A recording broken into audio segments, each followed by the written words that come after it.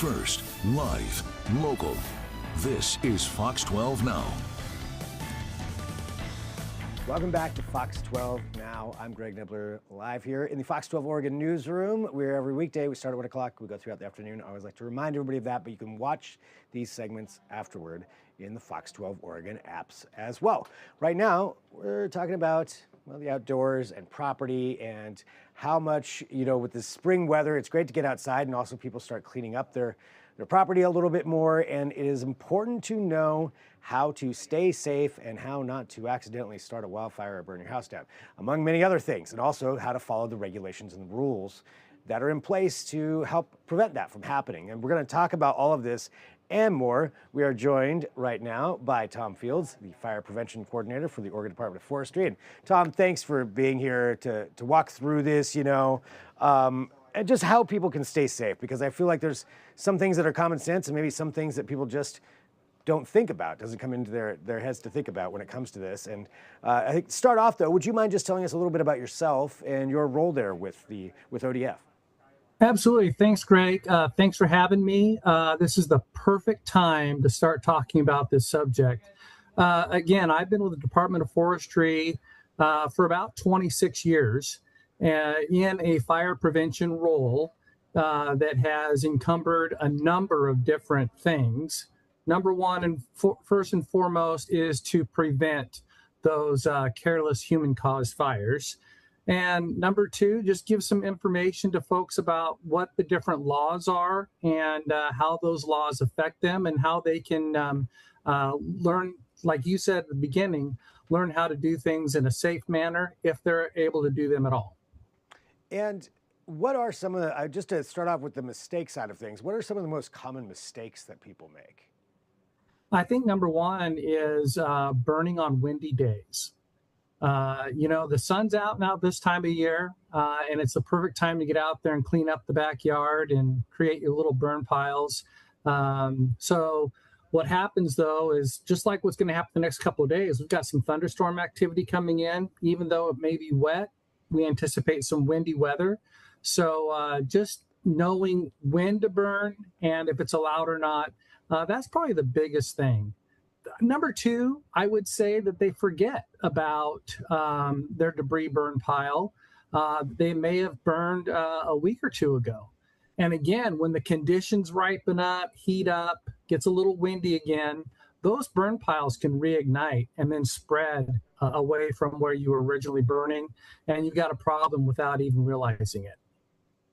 Wow. Yeah. So something could be sitting there for days and still be able to reignite? Absolutely. And days is pretty lightly. I've been on fires in the past where a past debris burn might have been done 4 or 5 months ago. And it just smolders underneath. Yeah, it can do that, especially if you've got like root systems and things underneath that can hold heat for a while. And then you get a windy, dry, warm day, and you start seeing a little bit of smoke, and then all of a sudden you've got an issue. So avoiding those windy days, number one, definitely sounds like a very big thing to be following. What are some other things people can be doing to make sure they're being safe with these? Well, I think first and foremost is to find out what jurisdiction they're in and who they need to talk to, whether it be a fire department, one of our Oregon Department of Forestry, local districts, Department of Environmental Quality, DEQ. They're involved as well when it comes to air quality.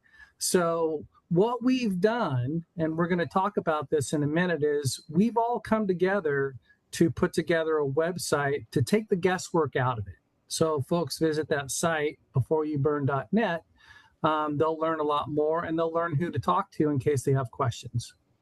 Okay, so beforeyouburn.net, somewhere they can go to and check on all of that. And when we're talking about the fires themselves, in addition to go to the website, but one of the things I'm curious about that I can talk through is how to safely make sure that fire is out afterward. What are the steps that people should do for that? Yeah, let's start at the beginning. Let's say that you're planning on burning some yard debris this weekend, and you've made your piles, been some great weather to do that. we want you to take whatever large piles you have and make small piles, preferably one pile at a time, and then just continue to feed that pile.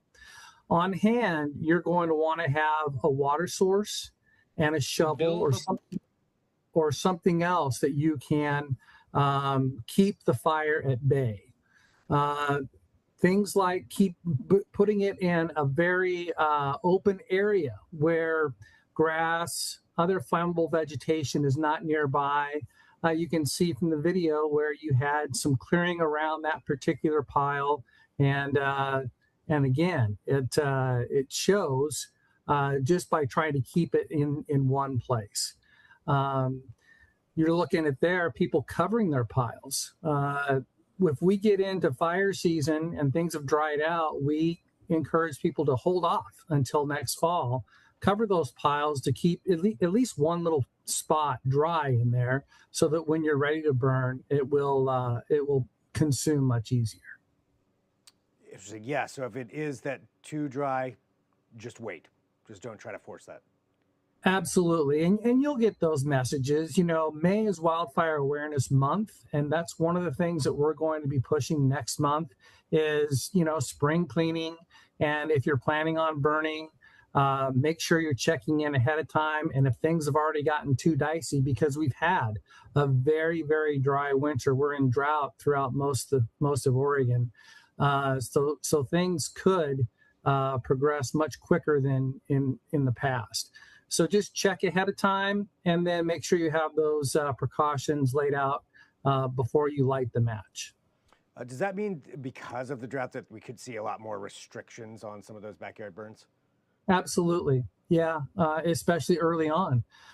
Generally, when we go into fire season, it's in our law that when we go into fire season, you must obtain a burn permit. Now, just because burn permits are required during fire season doesn't mean that burning is allowed during fire season. The local districts will make that decision on whether or not they feel it's safe enough to issue burn permits. Typically, once we get into fire season, we shut it off entirely to prevent the next one from spreading. And people can go to the website and type in their location, is that right? And find out more information about what their district could be doing?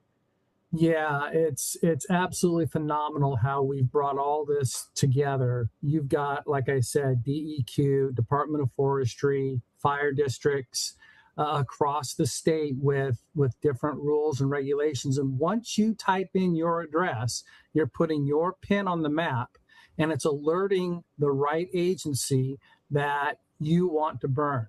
And when you put that on the map, what comes up is either a green light that pretty much says, yeah, burning is okay right now. We'd like you to follow these steps and agree to some terms and conditions.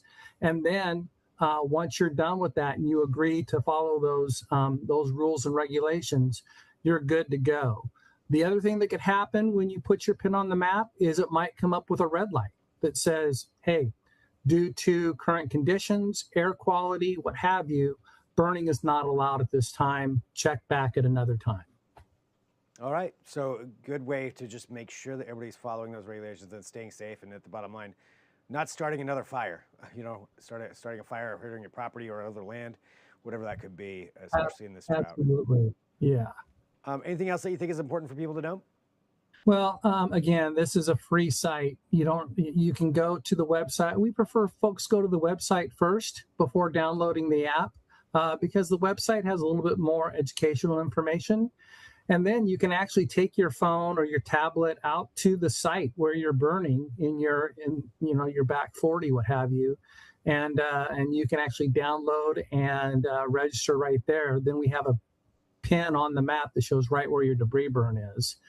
Fire departments can sign up for free. All fire departments and burn agencies are in the system right now. If a fire department in your area is not signed up, which again is free, it'll just come up and say, call your local fire department. So you can't go any further. So it just prompts you to make that phone call. If they are signed up, they'll give you more instruction on what to do next. All right. Well, Tom, thank you, for joining us to walk through this. And it's a good reminder for everybody to, we're seeing this nicer weather. You've got all that debris from winter. People start wanting to burn them, but it's better to check and make sure that you're doing everything according to plan. And bottom line, going back to what you said at the beginning, no wind. Don't do it in the wind. No wind. No wind. No Absolutely. wind. All right, Tom, thanks for joining us. Thank you. Appreciate it.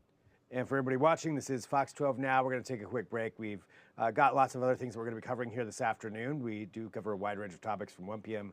to 4 p.m. We will be talking about the Artemis 2 mission as those astronauts are heading down to Earth. But as I mentioned, also, don't forget to watch these on the Fox 12 Oregon apps and website. You can watch them after the fact, share them, all of that. So thanks for doing so. But we'll take a break. We'll be back here in just a few with more Fox 12 Now.